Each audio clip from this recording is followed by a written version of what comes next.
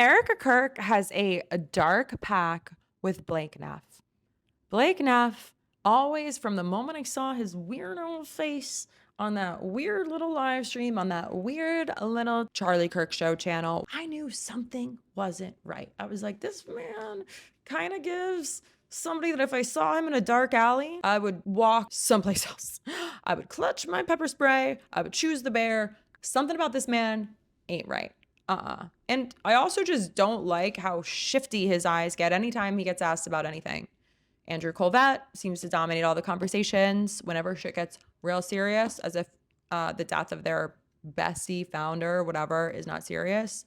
Period. And I'm not going to accept any nonsense saying otherwise. Correct. But whenever things get heated, he always looks fucking weird. Okay. And Blake Neff, his partnership with Erika Kirk is now backfiring because Erika Kirk's producer, Mr. Blake Neff, he's getting exposed for some stuff where if you're like me and you didn't really know these people before this all went down last September 10, then you were with me with missing this whole Blake Neff disaster. So there is a massive scandal with Erika Kirk and Blake Neff and a dirty cover up. So right now, everyone's fixated on Erika Kirk, fabricating her whole history, her whole background. She's now preaching to a choir of 12-year-old girls in Texas about submitting to men and giving up their careers, which they don't even have yet. They're literally 11 and 12. It's very weird, very schmapsteiny, if you ask me. That alone should be suspicious, but it's so much worse than that, because the deeper you look into Blake Neff and her ties and why she hired him and what those two might be conspiring on. By the way, just one other conspiracy theory I just want to snuff out here. One of our dear friends that literally from the very beginning started with us, he grabbed the SD cards out of the camera afterwards. And there's all these conspiracy videos about why did he grab the SD cards? And he did not want that footage being grabbed by somebody. There was videos of people after the incident going and stealing hats off the table. It just gets really sideways. So this guy, Blake Neff, who's currently producing the Charlie Kirk show, is carrying a secret so toxic that even Fox News had to publicly disown him. Fox News. So by the end of this video, I'm going to show you exactly why this woman, Erika Kirk, with her fake past and her current grift, formed an alliance with such intention with Blake Neff, and how she's desperately trying to erase the massive scandal surrounding him. And real quick, I'm Lauren Preitra. If you're new here, Willa Preitra, my 4-line good boss and co-host, we're in New York this week, and we run this entire operation, the Lauren Preitra Show, independently, network free, every single day. We are 100% people powered, and we do this all out of pure principle and an absolute refusal to let the Katie Millers of the world, the women who married Stephen Little Bitch Miller on purpose, ever surpass us in sub count. So we do this all without any funding. We never even have to kidnap anyone's abuela to do this work.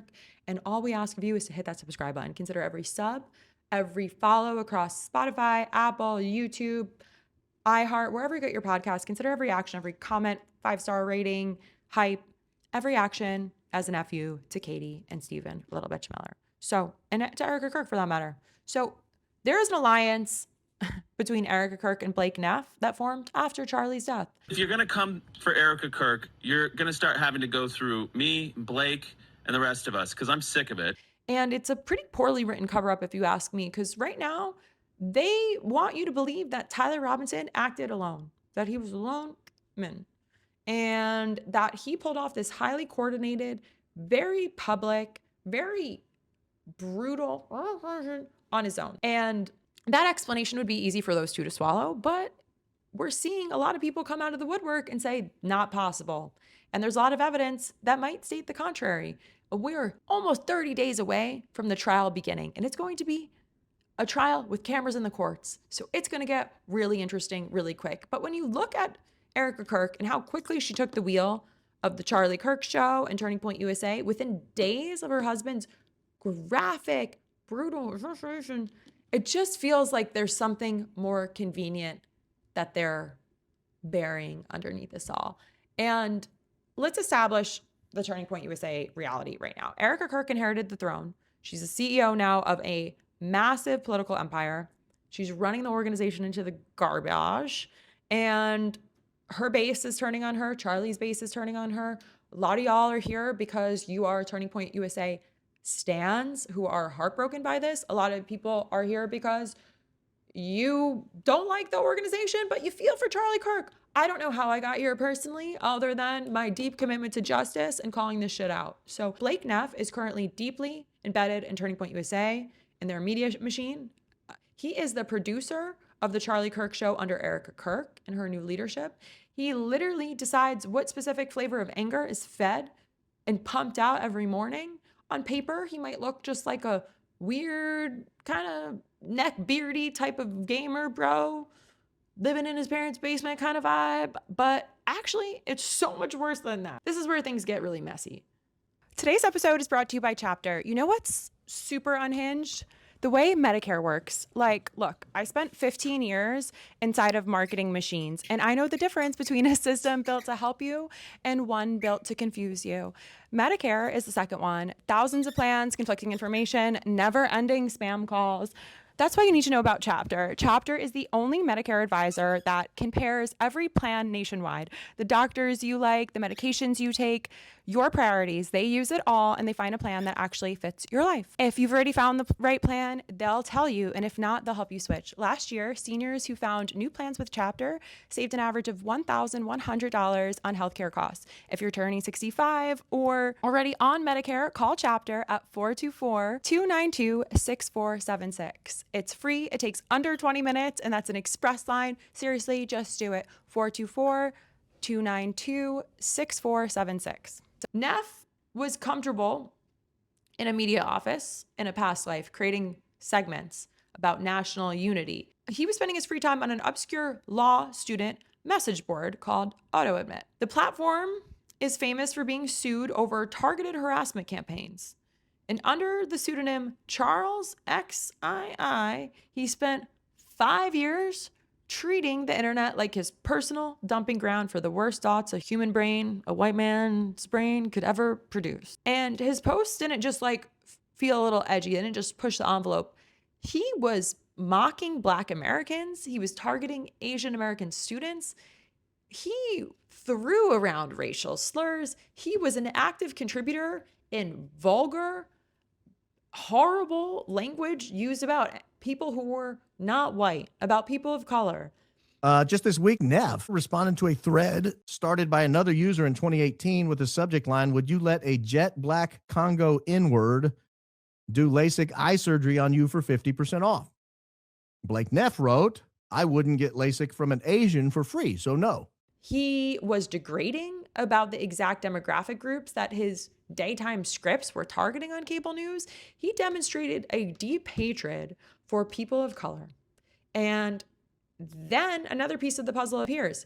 He was not just confined in these anonymous forms. In 2017, he ended up in a Washington Post dating column under his actual name, where he literally told the reporter his hobbies allowed him to escape women. When his date expressed hesitation about seeing him again, his response were, "If I was Brad Pitt, you would be." An astonishing level of pure entitlement to casually hand over to a national newspaper reporter.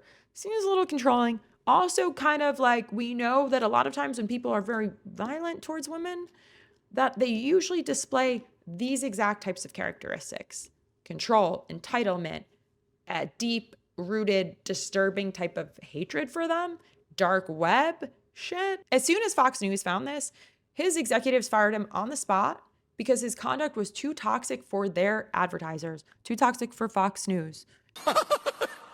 Suddenly, when you think about it that way, with Blake's past, it makes perfect sense that Blake Neff needs a boss who's going to completely embrace him for his violent racist past and massively sexist, massively dangerous, all the telltale signs of somebody who is very comfortable with violent ideology.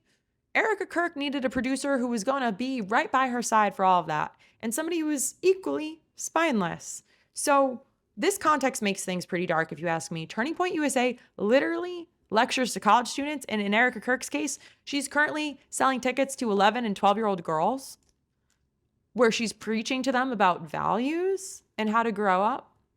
Her partner in crime views women as objects.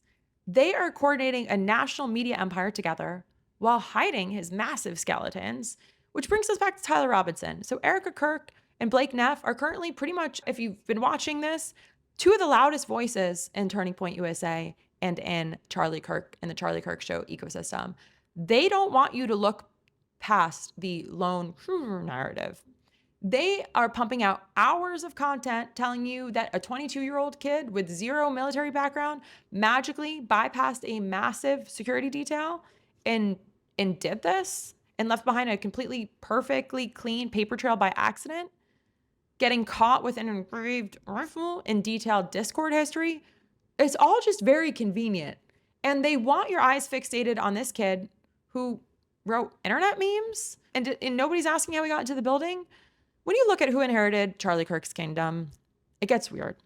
It takes a person just like Blake to protect a CEO who might not even know her actual birth date. The deeper you look into this arrangement, it's hard to believe that they are telling the truth about anything, especially about how they got into power. We're going to keep digging in here. Things are about to get really weird. I want to know what you guys think. I want to know what your stance is on Charlie Kirk, what your stance is on Erika Kirk, what your stance is on Blake Neff. Leave me some comments. Let's keep this conversation going. Make sure you subscribe so we can stay in touch, and we'll be back with more.